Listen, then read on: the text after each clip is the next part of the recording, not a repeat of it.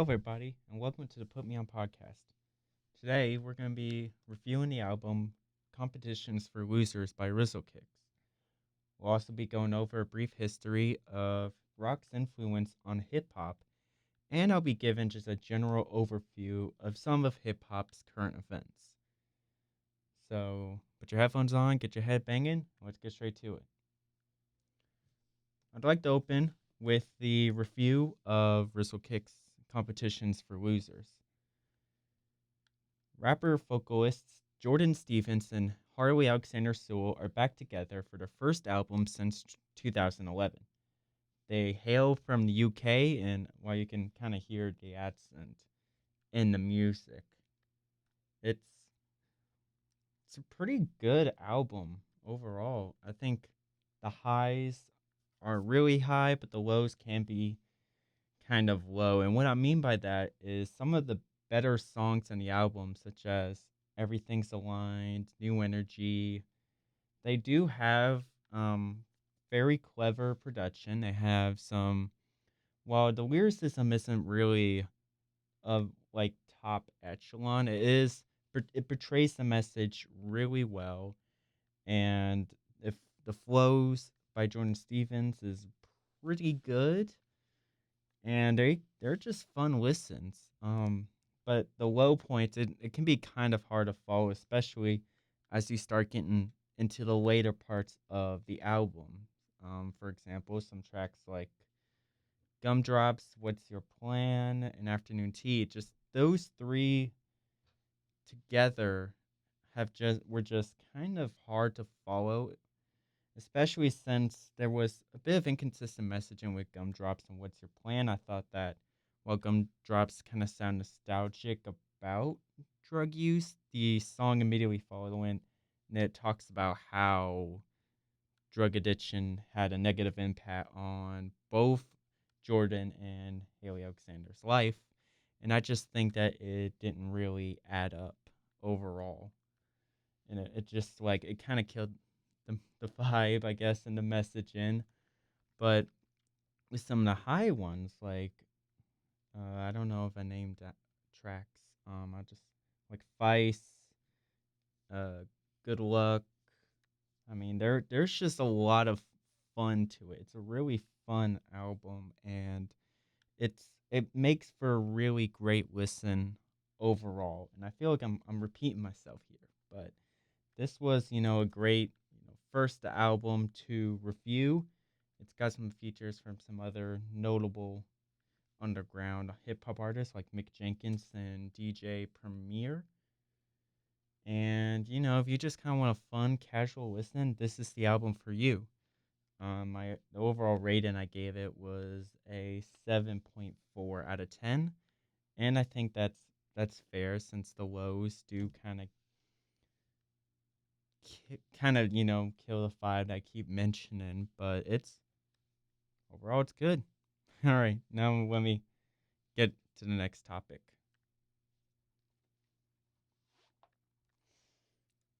Although rock has had a huge part in American music history in general, it didn't really have any hip hop elements early on.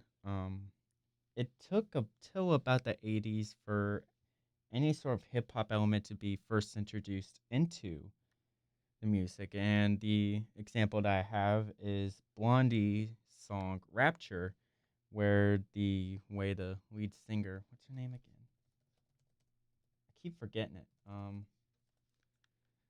Debbie Harry does essentially rap over it.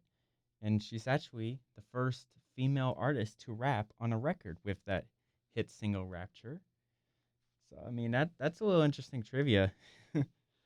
um Beastie Boys were the example of how it can work for a whole album. It was lightning in a bottle at the time because they originally started off as just a punk band, but with the production of the Dusty Boys and eventually Rick Rubin, they were able to use creative samples and rock music to create a very lively, very energetic, tense music that was really just kind of resembled the time of the 80s, for me at least. It was pretty good listen, but it still wasn't really taken seriously in the overall music world. Like you don't hear Beastie Boys on radio now, and you certainly did hear it back then.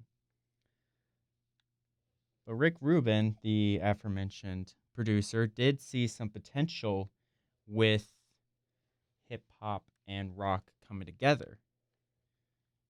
He mentioned in a Joe Rogan interview, I believe, that a lot of his record labels didn't really see the potential, and so he tried to come up with a way to do so. And his idea was to use an old classic uh, bass, I think it is, to, I mean, that a lot of hip hop artists used, and basically blend the two because both rock and hip hop were using it. And the example that I have is Toys in the Attic, track 4. It had this kind of like I don't know if you can hear that, but it was frequently used as the instrumental for a lot of hip hop early on, just practicing at a party or to a crowd. And Rum DMC, the hip hop collective, were the ones who they were one of the ones who were using it during that time. And Rick Rubin, I don't believe they had much work together prior to that song, but Rick Rubin came up to them first and kind of mentioned the idea of using the whole song. And one Run DMC member, um, Daryl McDaniels, mentioned in an interview that, it was only that first opening part that was being used, and that first opening part happened to be the first opening part to a rock song, Aerosmith's very own, what's it called? Walk This Way. And so what Rick Rubin did was essentially just, I know this sounds kind of dumb, but play the rest of the song, and that was enough to get Run DMC on board with this idea. But then they had to convince Aerosmith, and that was it's going to be a little bit easier than what you think, because at this time their career was desperate for a comeback. Their album Done with Mirrors was a critical and commercial flop, and it was so devastating for them that they went from, live shows in front of huge crowds to reportedly performing at clubs that were primarily for cover bands. And that was until Rick Rubin came up to Steven Tyler, the lead singer for Aerosmith, and was able to convince him that, hey, this Run DMC, Aerosmith, that can become a hit. And, well, that they came together. And I can't really play the sample. I don't really have like the copyright for it, but it's a good song, and a lot of people seem to agree with it because it didn't just play on certain radio stations. It played on radio stations all across the board. I think one reporter or one former like radio DJ from Boston mentioned how it was a weird idea at the time because it wasn't necessarily either genre, but they decided to go for it, and came what it comes down to when it comes to influence is exposure on both ends. Like some white audiences who at the time hadn't really listened to hip hop since it started out as a predominantly black genre did have an introduction to Run DMC, which is like a great, hip hop group to kind of start off with. And, the same for black audiences. I mean, they didn't listen to too much rock that wasn't, you know, created by other black people, and being exposing them to Aerosmith with that song created larger fan bases for both Aerosmith and Run DMC, and both of their careers would start to propel back up into a greater form of relevancy, and that carried over in hip hop for the whole genre as a lot of a lot of listening. What's it called? Like CD mixtape sales and just overall like its impact on the entertainment world started to increase from here. And while it did take a while for it to kind of come back into relevancy, it started to branch off into its own genre. When you look at hip hop artists in the 90s, like Public Enemy, Body Count, Rage Against the Machine, I guess that's really like 2000s. But what happened in the 90s was hip hop artists and rock bands would work together, and instead of like using primarily samples, there was, maybe some sampling here and there, but it was also you had rock music to rap through. And some of the aforementioned examples, Public Enemy had Anthrax, who was on, a lot of their albums, including, I think their biggest song is Bring the Noise on their biggest album. It takes Nation of Millions to hold us back. It's a long one. Another example, Body Count with the hip hop artist Ice-T. And Run DMC also started to use it with a lot of um but what generally is happening in the 90s with rock and hip hop is that it seems like rock is being taken back by the African American community, and there's a lot of emphasis on how black people are being treated at the time. And Body Count, for example, went a lot over police brutality, which is it's kind of ironic because Ice-T would do like 20 years acting for Law and Order. That's neither here or there. Um, but then it died down a little bit until we kind of get into another genre. So it kind of branches out in a lot of different ways. And one big way that it branches out is with new metal. Think your Linkin Parks and your Limp Biscuits. There was and what happens with this genre is that it starts to turn kind of more from a political perspective into a more personal one, as Linkin Park and Limp Bizkit did have a lot of, a very, I'm not sure what the right word is. Limp Bizkit in particular, the lead person of that group,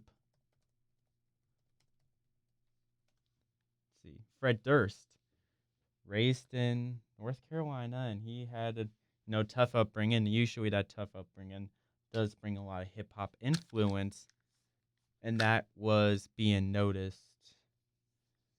That influenced his music, especially when he started working with rock artists, and it started to create a intense, like an intense, rough, emotional music that was very powerful. And depending on who you ask, it's great, it's not great, it's loud and messy, or it's just the perfect way to portray your feelings.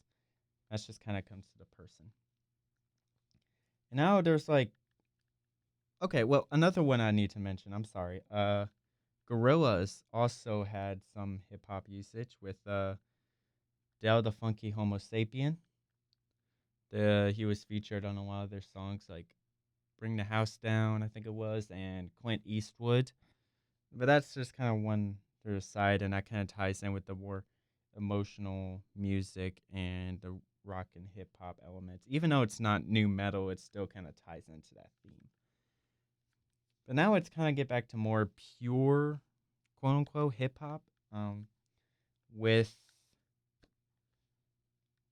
Kanye. I know Kanye's kind of a controversial name right now, but he did use some rock music in order to influence one of his more experimental albums in 808 and Heartbreaks. he and where rock comes into it is he used some of the crunchy synthetic noises and styles of Phil Collins's music, such as "In the Air Tonight," and that was used as part of the production of music. And that kind of crunchy style and that auto-tuned mess influenced a lot of hip hop artists in a way where that kind of a little bit of rock was introduced into just the underlying bass. I'm not a music guy. I don't know what the right term is, but what happened in the mid to late 2000s was artists like Kid Cudi started to use it regularly in their music, and that influenced it branched off into two kind of big influences. With psychedelic hip hop using it a lot, or at least when I say psychedelic hip hop, I'm thinking Travis Scott. But on the alternative side, it also influenced a lot of emo rappers. Dun dun dun. I mean, I don't know what you think about emo rappers. They can be kind of corny. So that's a side tandem. But a lot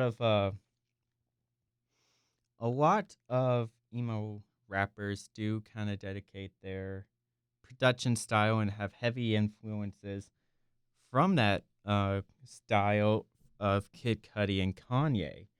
And some of the big examples would be Lil Uzi Vert. I mean, you can kind of hear that synthetic noise and XO Tour Life, which I think is his biggest song still. Or, Little Peep, Juice World. It did have a strong, like, stranglehold on what emo hip hop was. And those were kind of just, that's kind of where the end of our timeline is with the direct influences. There have been times when hip hop artists would branch off into rock music. Kid Cudi did it with his album Speed and Bullet to Heaven. Lil Yachty did it with his psychedelic rock album Let's Start Here. And more recently, JPEG Mafia used a lot of rock influences on his late, hit album I Lay Down My Life for You. And well, I mean that's kind of it. I didn't really come up with a conclusion, but I just think that, rock and hip hop sound cool together, and I just kind of wanted to go in depth on the history of it. So, yeah, I mean, I guess that's it to that. All right. So, our last thing that we're going to be going over is I'm just going to kind of I don't want to say rapid fire like some notable current events in hip hop, but I guess that's what I'm doing. um, so some big releases as of late. I don't know if I'm going to be reviewing them or not. That's kind of to be seen. Kanye officially released Bully, which is, a yay and a nay. I mean, I don't know what to expect from it. There's some other big releases that are coming up. Of course, Playboy Cardi came out with some music. I think Lil Durk has something on the way. Despite the fact he's in prison, I'm not really sure how that's gonna work. Um, but there, Mos Def is supposed to be coming out soon with Forensics, so keep an eye on that. I feel like that'll be one I definitely will review as long as it's good. Little Sims with the Lotus. I mean, I haven't gotten too deep into Little Sims, but I mean, I gotta. From what I've heard, she's pretty good. I'm kind of begging for ASAP Rocky to show up. Roddy Rich will hopefully come out soon, as will what's his name? Lil Keem, Baby Keem. Um, and those are some of the big ones that are supposed to be come out. Oh, Freddie Gibbs is supposed to come out with Montana soon. When I say soon, that could be like several years. You know how these artists are. It's like, you gotta do a lot of waiting for some of the better artists that are out there. And some of the other big notable news, Drake's lawsuit against Kendrick for the whole beef, claiming the whole that the views are artificially inflated and there was a bias towards Kendrick by the record label. Basically, they kind of came out with this statement that's just like, no, no, that's not the case. I mean, shoot, there we go. Sorry, a little technical error here, but it's basically just saying no, that's not true. Um, he lost and he's butthurt, so that's probably gonna be the end of that saga. I'm not really sure what's next from Drake here. I mean, his recent album, Some Sexy Songs for You. Well, it didn't flop critically because it's Drake. He doesn't flop commercially. I mean, doesn't flop commercially. Critically, it bombed. I think it's sitting like in the consensus is that it's really, really bad. But I mean, that's kind of all I have to say about that. You know, Kanye's rampages online are just getting worse and worse. That's I mean, that's not to the surprise of anyone. I think his career is definitely over with, and we should just stop talking about him. And the last bit of like hip hop news controversy that I've seen was the whole hypocrisy of Kendrick Lamar talking about how Drake is a deadbeat dad, but then working with Playboy Cardi, even though he is a deadbeat dad. Which, I mean, it can be hypocritical, but then again, Kendrick kind of argues in his music that he is not someone you should just listen to all the time. Like he's, quote unquote, like he's not your savior. So you shouldn't really take, I don't want to say you shouldn't take everything he says to heart, because I think the intention behind this music is to take what he's saying by heart. But I think it's just more like, don't don't treat him like a prophet. Like he's not perfect. Nobody is. That I think the opinion of that kind of comes down to the opinion of the person, because hip hop artists do a lot of great things, but still have tons of support behind them. Like as I mentioned, Lil Durk, he went to prison, or he's in prison right now. I don't know if I think he's awaiting trial for a bunch of RICO crimes, and well, it's yet to be seen, him guilty until sorry, innocent until proven guilty. But come on, come on. He still has a big audience behind him, and so I guess that's kind of the summary of just some of the major news. Um, so I guess that's gonna be where I concluded. Thank you for listening. Hope you had a great day before listening to this, and I hope you continue to do so. Hopefully, that we mess up your day. Um, let's see. My next episode, I'll be going over, since Paris, Texas, the hip hop rock group is coming to town soon. I'll be reviewing their most recent album, and I'll also throw another one in there that's relatively short, just for the sake of it. And well, I guess the rest you just gotta come and watch it, don't you? All right, have a good day. Get your head banging, or yeah, and go pack.